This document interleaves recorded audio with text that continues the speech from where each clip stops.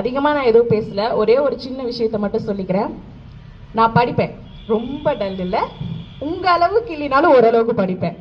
படிச்சுட்டு இருக்கிறப்போ ஒரு நாள் ஸ்கூல் லீவ் இருந்துச்சு. அந்த லீவில் எங்கள் அம்மா வந்து என்ன அவங்க வேலை செய்கிற இடத்துக்கு கூட்டிகிட்டு போனாங்க.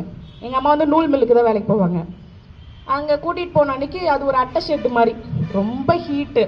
அதில் வந்து குட்டி குட்டி துகள் மாதிரி பஞ்சு பறந்துகிட்டே இருக்கும். அன்றைக்கி டே முடிஞ்சிருச்சு, அங்கே என்னால் இருக்கவே முடியல, ஏன்டா போகணுன்னு ஆயிடுச்சு.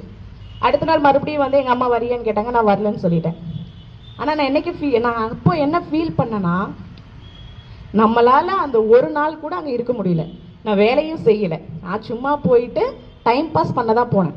ஸோ டைம் பாஸ் பண்ண போன இடத்துலையே நம்மளால் சகிச்சுக்கிட்டு இருக்க முடியல.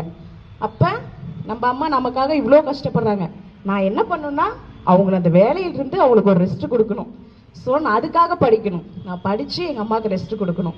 ஸோ நான் படித்தேன், என் தங்கச்சி படித்தா. அப்புறம் நாங்கள் வேலைக்கு போக ஆரம்பித்தப்பறம் எங்கள் அம்மாவுக்கு ரெஸ்ட் கொடுத்துட்டு எங்கள் அம்மா வீட்டிலே இருக்க வச்சிட்டோம்.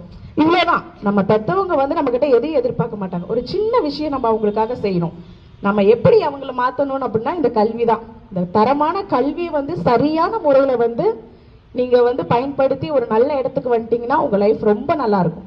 எங்கள் அப்பா என்கிட்ட அடிக்கடி அதான் சொல்லுவார், நீ வந்து பெருசாக எதுவும் பண்ணணும்னு எனக்கு அவசியம் இல்லை, நீ வந்து ஃபேன் கடியில் உட்காந்து வேலை செய்யணும், என்ன மாதிரி நீ வெயிலில் கஷ்டப்படக்கூடாது, அவ்வளோதான் எங்கள் அப்பாவோட ஆசை.